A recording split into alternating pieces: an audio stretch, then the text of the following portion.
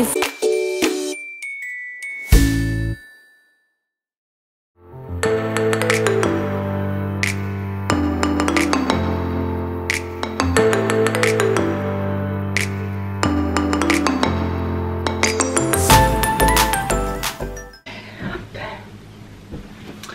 Bonjour à tous, bienvenue dans cette toute nouvelle vidéo. Alors aujourd'hui on est lundi matin, donc ce matin j'ai fait le check-in avec mon coach, j'attends sa réponse. Et puis là je vais bientôt aller à la salle pour faire les jambes en lourd. Donc aujourd'hui j'ai eu 3 x 5 au squat à 85 kg. Et puis je pense du 3 x 5 au deadlift, je sais plus le poids, 3 x 5 hip thrust, je sais plus le poids. Mais voilà, c'est ma toute dernière semaine d'entraînement. Du programme que mon coach m'a fait. Donc la semaine prochaine j'aurai un nouveau programme. Je me réjouis un peu de changer. Sinon ce week-end j'ai pris 2 jours de repos. Donc je ne suis pas allée à l'entraînement, je n'ai pas fait de muscu, je n'ai pas fait de cardio. Même avec le boulot j'ai un peu déconnecté, je n'ai rien filmé du week-end. Bon, vendredi soir j'ai quand même travaillé jusqu'à 3 h du matin. Mais sinon samedi je me suis couchée assez tôt, hier soir je me suis couchée assez tôt aussi, donc ça fait du bien. Hier je suis quand même allée à la salle juste pour faire un peu du posing et de la mobilité, ce qui m'a fait du bien parce que j'avais toujours un petit peu mal à la nuque, le bas du dos, bon avec le posing ça n'a pas aidé c'est vrai, mais le bas du dos qui est un peu fatigué. Je vais peut-être aller faire un massage bientôt. Par rapport au travail j'ai tout de même fait une recette pour le blog parce que ça fait longtemps que j'en avais pas fait une et je l'ai filmée, donc je vais vous l'insérer tout de suite maintenant. Alors je vais commencer à faire un pain aux bananes. Je fais une recette pour mon blog, donc je vais vous montrer un peu le behind the scene quand je fais des recettes pour mon blog. J'en fais une aujourd'hui parce que j'ai un peu du temps, j'ai vraiment envie de banana bread et ça fait longtemps que j'ai pas fait une recette pour le blog. Sur cette table je vais faire les photos, je vais bientôt installer l'arrière-plan. Alors les ingrédients, je vais tous les peser l'un après l'autre et les préparer dans des petites coupelles parce qu'en fait pour mon blog je fais toujours une photo pour chaque étape.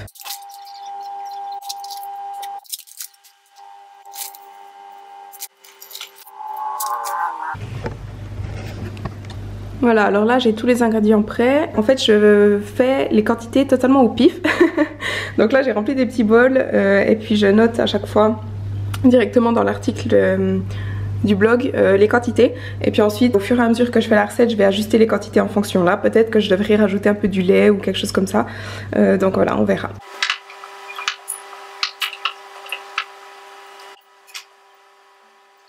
Alors là je viens de faire les photos des ingrédients et puis je vais continuer les étapes et à chaque étape je vais remettre tous les ingrédients ici sur cette table et prendre les photos ici. Alors là j'ai mis les bananes et les œufs dans un bol que je vais réduire en purée. J'avais donc 400 g de bananes et 3 œufs entiers, mais je vais vous mettre le lien vers la recette dans la description. Donc là maintenant je vais ajouter 50 g de farine de coco, 50 g de farine d'amande, 50 g de protéines en poudre et puis 20 g de graines de lin. Je vais aussi mettre environ 5 g de bicarbonate de soude,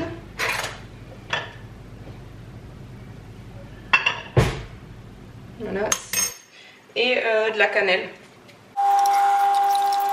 La consistance me paraît pas mal mais un peu compact, donc je vais quand même rajouter du lait parce que je pensais que j'allais devoir faire. Donc je vais juste mettre un petit peu de lait d'amande.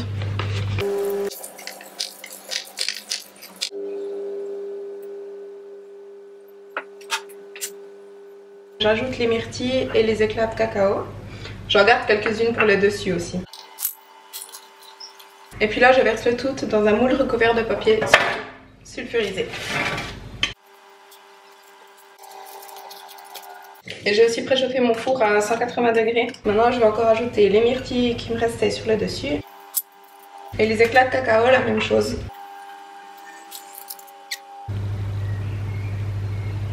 Je fais encore les dernières photos et puis je vais le mettre au four.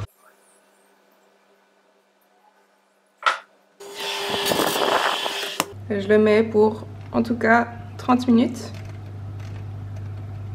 On verra si je prolonge encore un peu. Peut-être jusqu'à 40 ou 45 minutes. Et voilà le résultat. Donc, je l'ai laissé cuire 15 minutes de plus, donc 45 minutes au total. Et puis là, je vais faire les photos finales pour le blog. Et ensuite, je vais manger une part. Je crois que le plus chiant quand on fait un gâteau, c'est vraiment devoir attendre qu'il refroidisse. J'ai sûrement droit qu'à une tranche, mais ouais. Ouais, il est trop bon. Je vais aussi vous montrer comment je compte les recettes que je fais. Donc en fait là dans l'iSum, vous allez sur favoris. Et puis le petit plus ici en haut à droite. Et vous pouvez créer une recette. Donc là c'est ce que je vais faire, créer une recette. Donc je mets le nom. Et puis le nombre de portions. On continue. Et puis là je vais donc entrer tous les ingrédients que j'ai mis dans la recette. Là dans les ingrédients j'ai vraiment tout ajouté. Ça donne donc les informations nutritionnelles par portion. Une part ça fait 10 grammes de protéines. Enfin 11 grammes de protéines. 14 grammes de glucides et 7 grammes de lipides. Et comme je vous ai dit, je vous mets le lien de la recette dans la description. Et sinon, voilà, en termes de poids, donc hier j'ai vu un gros drop, c'est-à-dire que lundi passé j'étais à 63,1 kg et hier j'ai atteint 61,9. Donc en une semaine j'ai pas mal perdu. Ce matin j'étais remontée à 62 quelque chose, 62,1 je crois. Donc 200 grammes, donc c'est rien du tout. On sait bien, d'ailleurs je vais juste parler de balance une seconde. Se peser à un point précis et puis comparer avec une pesée d'un point précis peut-être 1 ou 2 semaines avant, ça ne veut pas dire grand chose parce qu'il y a beaucoup de facteurs qui influencent le poids sur la balance. Il y a l'apport en eau, l'apport en sodium, combien de sel vous mangez, l'heure à laquelle vous avez mangé le soir d'avant, votre sommeil, votre niveau de stress, etc. Donc moi là je suis en train de comparer le lundi par rapport au dimanche, mais en fait ce qu'il faut vraiment faire c'est se peser régulièrement durant la semaine, pas donner trop d'importance à ces chiffres et puis ensuite faire une moyenne sur la semaine. Et ensuite on va comparer les poids moyens de semaine en semaine et le plus important c'est de voir une tendance à la baisse. Si vous comparez, voilà, si je compare juste lundi passé avec aujourd'hui, effectivement j'ai perdu du poids, mais peut-être que demain je vais reprendre les 1 kg de différence, simplement parce que j'ai mangé plus tôt ou plus tard, etc. Donc voilà, ça c'est quelque chose à prendre en compte. Mais sinon sur mon physique honnêtement je vois quand même bien une progression. Bon là je suis assise, on voit pas trop, mais c'est vrai que je vois de plus en plus de définition. Les bras aussi, les jambes, enfin voilà. Et puis hier quand j'ai fait le posing je me trouvais même un peu maigre. Donc c'est vrai que là jusqu'en octobre j'ai encore pas mal de mois à rester en sèche. Donc on verra si je perds pas un peu trop rapidement actuellement. J'attends la réponse de mon coach cet après-midi, en fait on verra ce qu'il me dit. Donc voilà, à la salle aujourd'hui je vais essayer de vous filmer quelques mouvements. J'ai personne pour me filmer donc je vais simplement mettre les trépieds, ce qui n'est pas très intéressant. Donc en fait par rapport à mes entraînements je sais pas trop quoi faire, puisque c'est toujours un peu les mêmes, et que juste poser la caméra comme ça et puis me voir faire des mouvements, je sais pas si c'est vraiment très intéressant. Donc par rapport à mes entraînements je sais pas vraiment quoi vous montrer. J'ai déjà prévu de faire des vidéos techniques sur les squats, les deadlifts et les hip thrusts, comment améliorer vos mouvements. Mais sinon voilà, par rapport à mes entraînements, si vous avez des idées ou si vous trouvez quand même intéressant que je vous mette, que je vous filme simplement l'entraînement que je fais puis que je vous le mette comme ça avec la musique ou quelque chose, n'hésitez pas à me donner vos retours.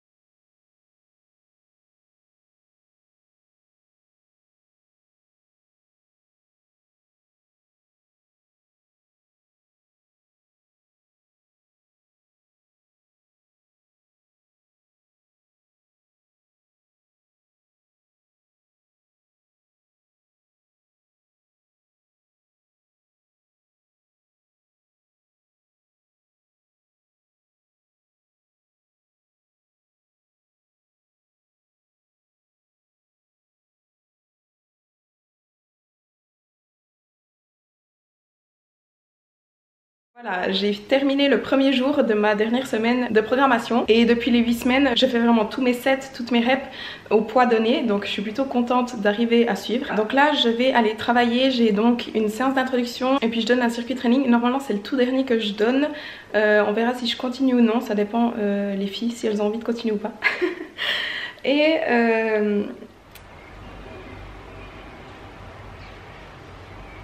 alors il est bientôt 13 h. Je vais aller dans un café pour travailler un petit peu, pour pas travailler à la maison, pour changer. Ensuite je vais aller m'entraîner, j'ai le haut du corps en force aujourd'hui. Et d'ailleurs ma nuque ne va toujours pas super bien et demain matin j'ai un rendez-vous chez mon masseur à 7 h 15 du matin. Mais il est hyper cool parce qu'il a réussi à me trouver un créneau de libre alors qu'il a des semaines vraiment complètes. Donc je vais aller m'entraîner et ensuite ce soir je travaille. Donc je vais pas être à la maison tout l'après-midi jusqu'à je pense environ 9 h puisqu'ensuite j'ai encore du cardio à faire.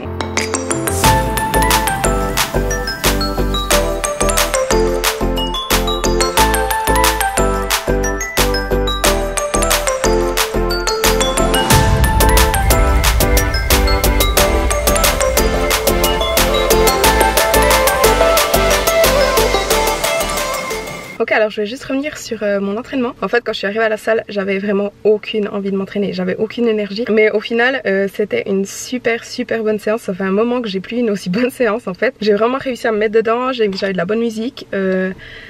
Et puis j'étais motivée, je sais pas trop d'où ça sortait parce que franchement j'étais crevée. J'ai même mis une story en disant que j'aurais préféré être au lit qu'à la salle. Mais voilà, c'était une super séance. Ensuite je suis allée travailler et puis là je suis retournée encore aller faire 30 minutes de cardio. Franchement j'ai juste envie d'aller manger et me coucher. Et demain matin en plus je dois me lever. Des fois c'est quand on est le moins motivé qu'on a les meilleures séances. Donc c'est pour ça que je vais toujours m'entraîner quand je suis pas motivée.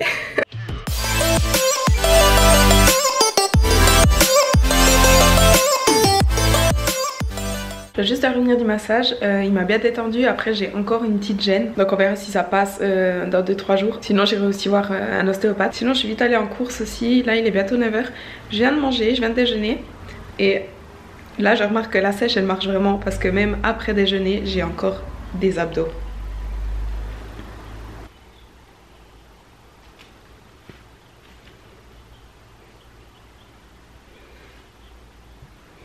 Genre je viens de déjeuner hein, et j'ai le ventre tout plat, donc c'est cool. Sinon aujourd'hui donc à 10 h je suis à rendez-vous chez le physio. C'est la journée rendez-vous parce que j'ai une élongation à l'ischio depuis des mois qui passe pas en fait. J'ai déjà eu ça l'année passée, après un moment c'est vraiment passé et puis c'est revenu là depuis quelques mois, depuis janvier, février je crois. Puis ensuite à midi je travaille et à 18 h je vais faire un recourbement de cils. Lash lifting, j'avais déjà fait en février, c'est hyper bien. Salut maman.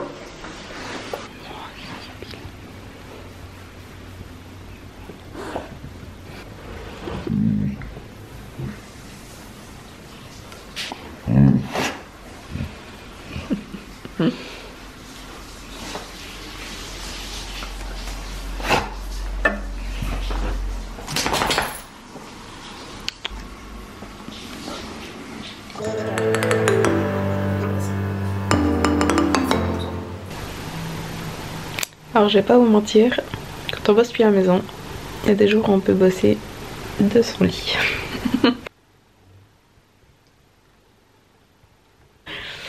Et en fait j'ai pas mal de boulot mais franchement aujourd'hui je suis super fatiguée. Lundi à mardi j'ai dormi je crois 4 heures. Hier soir je me suis couchée vers minuit mais ce matin à 6 h il fallait que je me lève pour aller au massage. Je vais filmer une vidéo mais je pense que je vais le faire demain.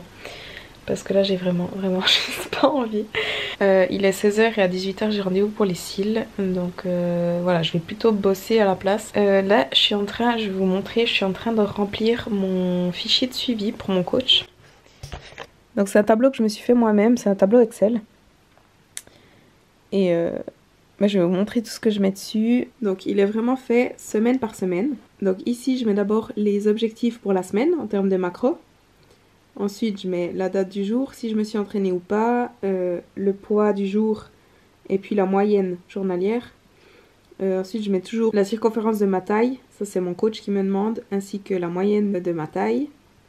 Là je mets les macros que j'ai atteints chaque jour, ça fait un calcul automatique des calories. Les macros moyens pour la semaine, les calories moyennes pour la semaine. Je mets aussi combien je bois dans ma journée, les compléments alimentaires que je prends, quel entraînement j'ai fait, quel cardio j'ai fait, cardio pour l'échauffement, cardio tout court, comment était ma digestion, mon cycle menstruel pour savoir où j'en suis, et puis j'ai encore une colonne commentaires. Et puis ça, donc c'était la première semaine, et maintenant j'en suis donc à ma 8e semaine de suivi avec mon coach. Donc là on peut voir vraiment le poids qui évolue. Donc au tout début j'étais à 64,5 la première semaine en moyenne de poids. Et puis maintenant j'arrive à 61,8. Donc déjà quand même 3 kilos de perdu. Et aujourd'hui j'ai atteint un nouveau poids de 61,4 kilos. Donc aujourd'hui j'ai atteint 61,4 kilos, ce qui est vraiment le poids le plus bas de toute ma préparation. Donc c'est cool parce qu'avec les macros que j'ai, je continue de perdre du poids. Donc du moment que je continue de perdre du poids, mon coach ne me baisse pas les calories, ce qui est top. Et il ne m'augmente pas le cardio non plus. D'ailleurs je crois que j'ai oublié de vous dire que cette semaine j'ai pas eu de changement. Donc c'est top. C'est tout ce que j'ai à dire. C'est plus intéressant quand même comme vidéo.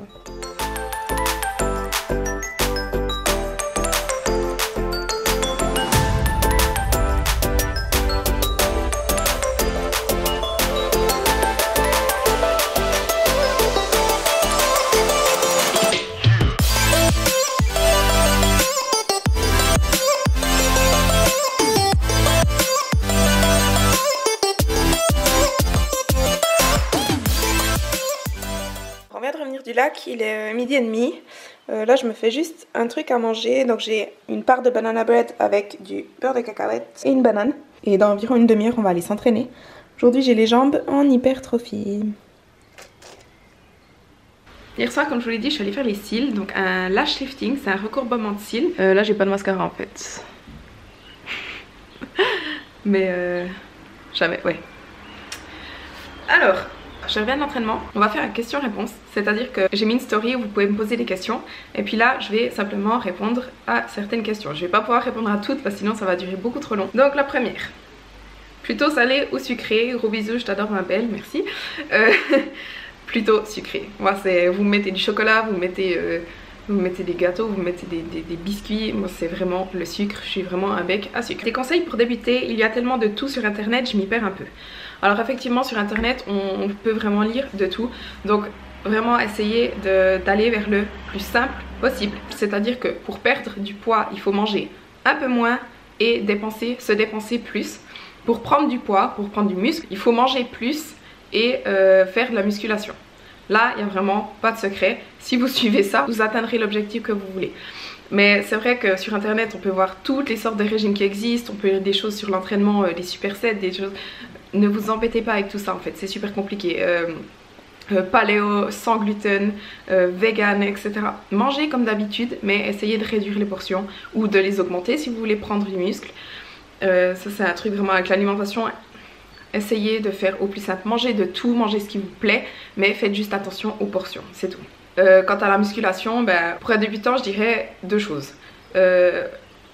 Essayez. Vous allez faire des fautes, tout le monde fait des fautes au début, c'est pas très grave, mais allez-y, essayez. Vous voyez une machine, vous savez pas comment elle marche, asseyez-vous dessus, vous essayez. Si vraiment vous trouvez pas, vous demandez à quelqu'un, personne va vous juger parce que vous demandez ouais est-ce que tu peux me dire comment cette machine marche, il n'y a aucun souci. Et puis ensuite la deuxième chose c'est soyez quand même un minimum encadré, dans le sens si vraiment vous faites des squats et vous avez aucune idée sur votre technique, et juste demandez à un coach, demandez à un ami afin juste d'apprendre correctement les techniques, parce que ça c'est vraiment le plus important. Troisième chose, ne faites pas attention aux autres. Honnêtement dans une salle de musculation, les autres n'en ont rien à foutre de vous. Honnêtement hein, la plupart des gens sont concentrés sur leur entraînement à eux. Ils vont pas regarder ah t'as vu la nouvelle, c'est pas ce qu'elle fait. Tout le monde s'en fout en fait. Donc ne prêtez pas d'attention au regard des autres. Tout le monde s'en fiche que vous soyez là ou non. Donc ne vous gênez pas, essayez, faites vos trucs de votre côté et puis essayez d'oublier qu'il y a des gens autour. Je sais pas si c'est très clair ce que je dis. Pourquoi as-tu commencé la muscu? Alors ça je vais faire une vidéo complète sur ma transformation, pourquoi j'ai commencé, quand j'ai commencé, ce que j'avais fait avant, mes progrès, etc. Je vais faire vraiment une vidéo en vous expliquant tout. Quelle est l'heure parfaite pour aller au Base Fit à Bienne? Alors ça en général, le matin il y a toujours un petit peu du monde, enfin ça va, c'est encore assez tranquille. À midi ça augmente la semaine. L'après-midi c'est assez vide jusqu'à 3-4 heures et puis à partir de 4 heures, 5 dès 5 heures il y a vraiment beaucoup de monde jusqu'à 7-8 heures et à partir de 8h30, 9 heures là ça se vide à nouveau. Donc je dirais plutôt enfin aux heures creuses en fait, comme dans tous les fitness, entre 9 heures et 11 heures, entre 14 et 16 heures et puis après 8 heures le soir. Des exercices pour cette taille fine. Alors un truc très important, on ne peut pas affiner sa taille. On peut l'affiner seulement si on a du gras. Donc forcément si vous avez beaucoup de gras au ventre, votre taille sera moins fine. Mais si vous êtes déjà mince, vous ne pouvez pas affiner encore plus votre taille pour avoir un corps en forme de sablier. Par contre, ce qu'on peut faire, c'est jouer sur l'effet visuel, c'est-à-dire qu'en développant son dos et ses épaules, on va être plus large en haut, la taille va paraître plus fine et ensuite on va aussi développer ses fesses et on aura le bas du corps aussi un peu plus large, ce qui va donner justement cette forme de sablier qu'on essaie de chercher. Mais vraiment la taille c'est quelque chose qu'on ne peut pas spécialement affiner à part en perdant du gras au ventre. Encore une chose par rapport à ça, on ne choisit pas, ça c'est vraiment la question qu'on me pose le plus souvent. On ne l'a pas posée ici mais en général, comment faire pour perdre du ventre? Alors il faut vraiment comprendre une chose en musculation, c'est qu'on ne peut pas choisir où on perd du gras. Si vous avez beaucoup de gras au ventre et que vous voulez vous en débarrasser, il faut juste perdre en masse grasse générale, c'est-à-dire en mangeant moins, en faisant plus de sport, plus de muscu, plus de cardio. Mais vous pouvez pas vous dire ok je fais 150 séries d'abdos et je vais perdre au ventre. Ce n'est absolument pas possible, vous ne choisissez pas où vous perdez du gras et ce n'est pas en faisant des exercices ciblés que vous allez perdre à cet endroit là. Si je veux perdre des bras, c'est pas en faisant des biceps curls que je vais perdre de la masse grasse aux biceps. J'espère que c'est assez clair. Et souvenez-vous-en parce que même quand je le dis en général les gens ne veulent pas écouter parce qu'ils aimeraient vraiment que ce soit possible, mais je suis désolée, ce n'est pas possible. T'as une shape magnifique, des astuces pour dégonfler le ventre. Donc ça dépend ce qu'on entend par dégonfler le ventre. Si c'est perdre en masse grasse, ben, c'est simplement perdre la graisse de manière générale comme je viens de le dire. Si c'est par rapport à des problèmes de digestion, moi j'avais énormément de problèmes de digestion, donc le ventre presque toujours gonflé, ballonné, etc. Je vais également vous faire la vidéo sur tous mes problèmes de digestion et le régime GAPS que je suis en train de suivre. Je vous le répète pour la 15e fois, je vous promets que je vais faire cette vidéo. Ton entraînement favori est celui qui te donne la flemme. Alors honnêtement ça dépend, j'aime bien tout faire.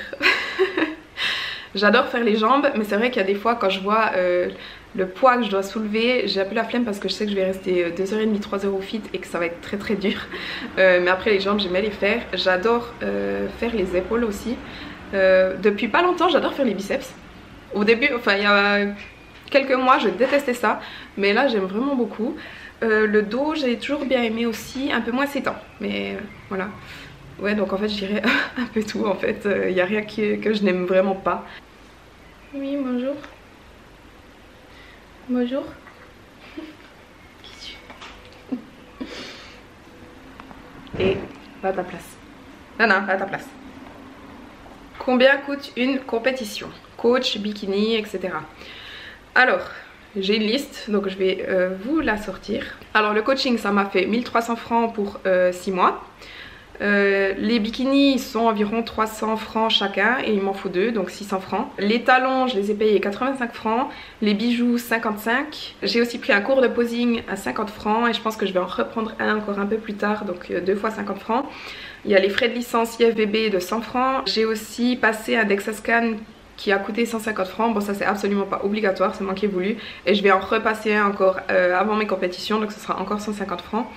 Le tan, donc l'auto-bronzant le jour de la compète, c'est entre 100 et 150 francs.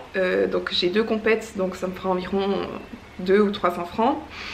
Et le make-up, 2 fois 120 francs, donc 240 francs. Et je crois que j'ai plus ou moins tout ici. Donc le total, je l'ai pas de tête, je vous le mettrai sur l'écran. Mais c'est sûr, c'est un investissement assez conséquent. Si on envisage de faire une compète, il faut vraiment prendre ça en compte. Pourrais-tu être en couple avec une personne qui ne pratique pas de musculation / fitness? Bon, Lucas ça fait 17 ans qu'il fait de la muscu, donc c'est un peu difficile à dire. Mon ex c'est vrai qu'il faisait un peu de fit, pas autant, il n'était pas dans le body mais il faisait un petit peu de fitness. Je pense que je pourrais, oui, mais après il faudrait que la personne comprenne ma passion, comprenne mon style de vie. Après honnêtement je sais pas hein, si Bon là je suis avec Lucas mais après on sait jamais, je veux dire les sentiments, t'acceptes la personne comme elle est ou tu l'acceptes pas. Difficile de répondre à cette question vu que je suis pas dans ce cas de figure. Combien dépenses-tu par mois pour ton alimentation flexible? Mon alimentation flexible c'est mon alimentation tout court, enfin c'est ce que je mange, donc je dirais que j'ai un budget de 500 francs par mois pour des commissions, entre 500, ouais ça dépend, de 500 et 600 francs par mois je pense. Après il faut prendre en compte que je suis en Suisse hein, et que la bouffe coûte très cher ici. Qu'est-ce qui est le plus dur pour toi dans ton quotidien? Ah ça c'est une bonne question. Je sais pas. Me laver les cheveux. J'ai les cheveux longs et super dur à démêler et ça me fait chier, donc là ça fait putain ça fait bientôt une semaine que je les ai pas lavés. Mais en fait je vis grâce au shampoing sec. Je pense que c'est ça, c'est les démêler et les sécher, voilà. Tu as une poitrine assez généreuse malgré ton low body fat, béni par la nature ou implant? Non, j'ai des implants. Pour ceux que ça intéresserait, donc je les ai mis il y a 2 ans, donc en juin 2017. J'ai du 300 cc et je les ai mis sous le muscle. Comment se passe ton projet Origins? À quand l'ouverture? Alors j'ai beaucoup de questions par rapport à ça. On a eu énormément de retard.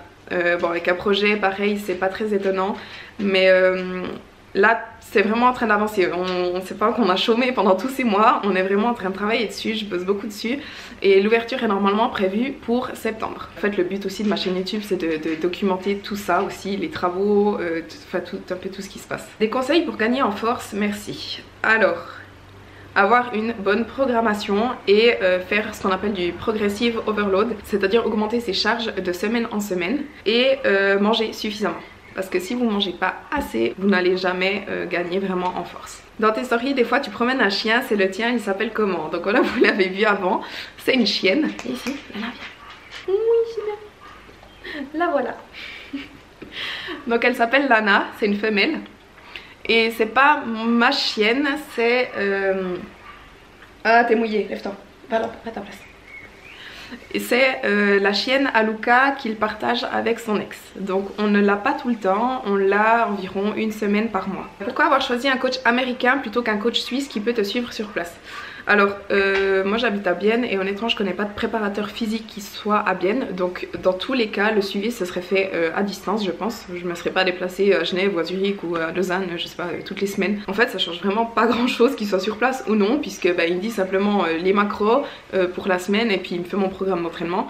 Donc je peux très bien le faire à distance, j'ai pas besoin que quelqu'un soit avec moi physiquement. Et surtout j'ai appris énormément de choses sur la musculation grâce à Paul Revelia. C'est donc un bodybuilder et coach américain donc qui vit en Floride.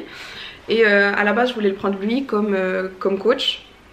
Mais cette année il était complet, donc j'ai pris Stephen Bogrom, donc quelqu'un de son équipe, donc de la team Prophysique. Je voulais vraiment avoir Paul parce qu'il est vraiment, comment dire, à jour par rapport aux recherches sur la musculation. Et pour moi c'est vraiment quelqu'un qui a un savoir juste énorme et j'ai vraiment 100% confiance en lui et je me voyais pas en fait être suivie par quelqu'un d'autre. Quels sont les Instagrammeurs qui t'inspirent? Alors j'aurais dit Nikki Blackketter. C'est une youtubeuse, en fait c'est un peu grâce à elle que j'ai commencé la musculation, donc elle ça va toujours rester ma un peu number one. Et elle a un cul de malade. Sinon il y a Paul Revelia justement, par rapport à ses connaissances. Il y a aussi Jeff Nippard, aussi par rapport aux connaissances. Emily Hayden, qui est une youtubeuse aussi que je suis depuis très longtemps. Christian Guzman, qui est aussi un youtubeur. Lui je le suis depuis ses tout début quand il était même pas encore connu et maintenant il a en fait c'est sa mentalité que j'adore. Il est parti vraiment de rien et maintenant il a la tête de plusieurs marques, il a une salle de musculation, il a sa marque de vêtements, il a 3D Energy. C'est sa réussite en fait qui me plaît, et puis son état d'esprit. D'ailleurs en fait vous voyez je suis presque des Américains.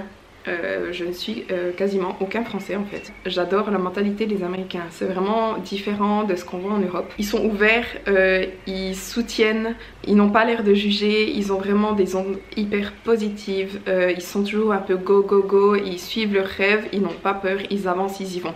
Et ici en Europe je trouve qu'on est plutôt du genre... on n'ose pas, on fait notre petite vie tranquille.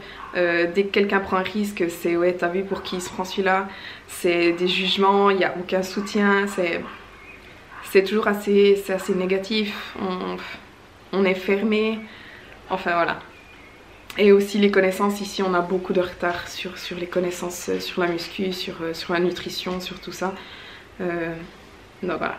D'ailleurs, je ne sais pas si vous savez, mais j'ai vécu aussi 3 mois aux États-Unis. J'ai vécu 3 mois à New York et 3 mois à San Diego en Californie. Et honnêtement, si je pouvais retourner vivre à New York, je n'hésiterais pas une seconde.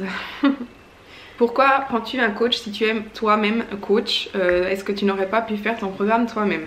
Alors, honnêtement, j'aurais pu, mais on n'est pas du tout objectif envers soi-même. C'est-à-dire que moi, actuellement, là, je trouve que je perds trop rapidement. C'est mon propre avis parce que je suis pas habituée à me voir aussi lean. Je suis encore loin d'être lean, mais vous avez compris.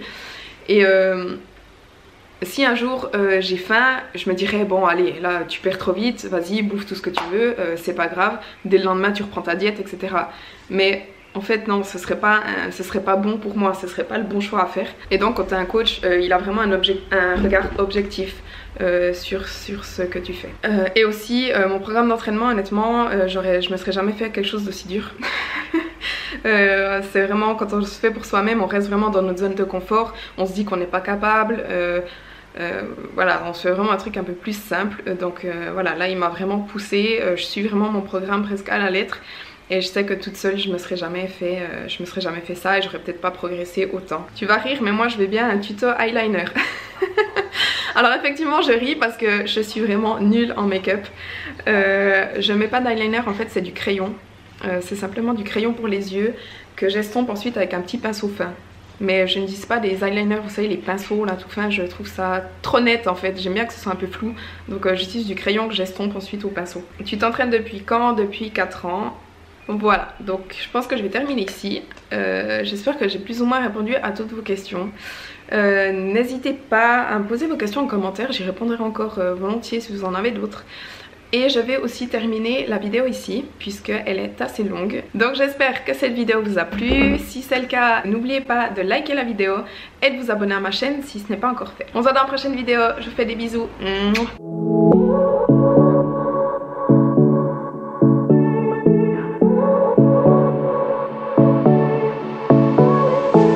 I won't make it easy for you now.